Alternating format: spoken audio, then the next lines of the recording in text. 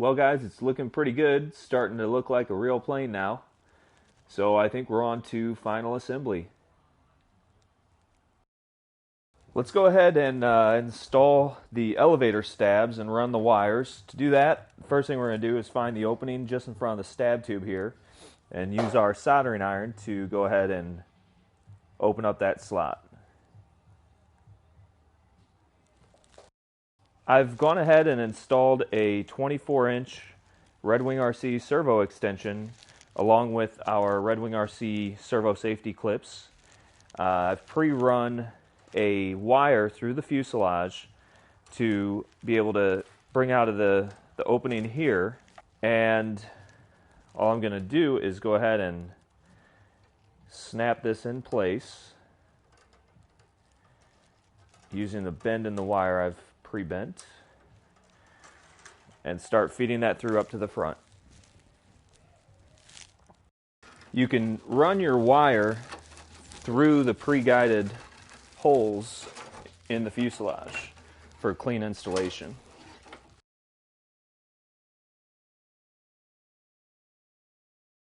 So there's two bolts here that go into the tabs of the elevator. Put the rubber washers and the metal washer on top, secure down. This is fiberglass material, so you don't have to be worried about crushing it like you do with cheaper planes that use just the wood tabs.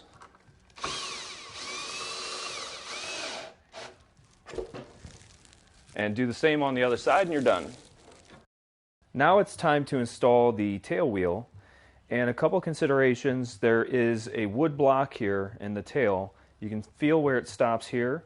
So that's where you're going to be able to put screws in. Now you want to go as far back on that as you can, and here's the reason. This is the pivot point for the wheel. If you have this too far forward, then your tail is going to be very sensitive, and I'll explain how you know this. Basically you can see where this rod would connect here and is going to steer the tail. Well, it's very simple to see. At this angle, just a little bit of tail movement has an extreme angle on the tail, versus if it was scooted back all the way to here, it's much more gradual. So you want to have this point as close to the hinge as you can. If you're out a little bit, you can see it doesn't make a huge change. It's not until you start really coming out that it's going to have an exponential effect. So as long as you're close to that hinge line, and what I would recommend is just putting this screw maybe just a ½ inch away from the end of the wood block. I've taped it down so I can work on it. To first pre-drill these holes using a 1/16 inch bit.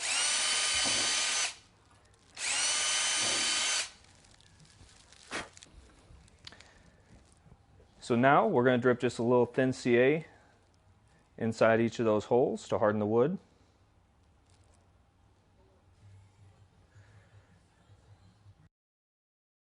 Lastly, we're going to screw down securely the last 3 screws.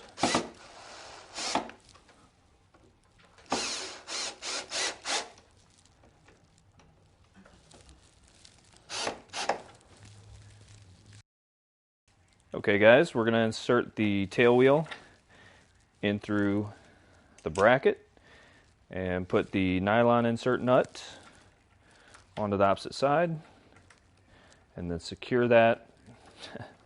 Spin the right way would help. We'll secure that using a number 10 wrench and a pliers on this side, or I've just got these vice grips handy, so I'm going to use those.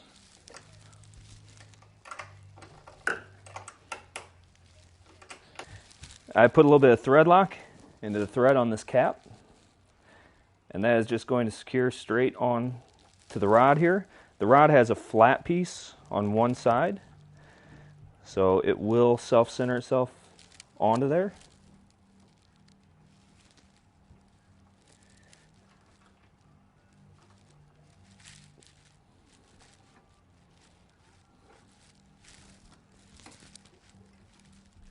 Okay.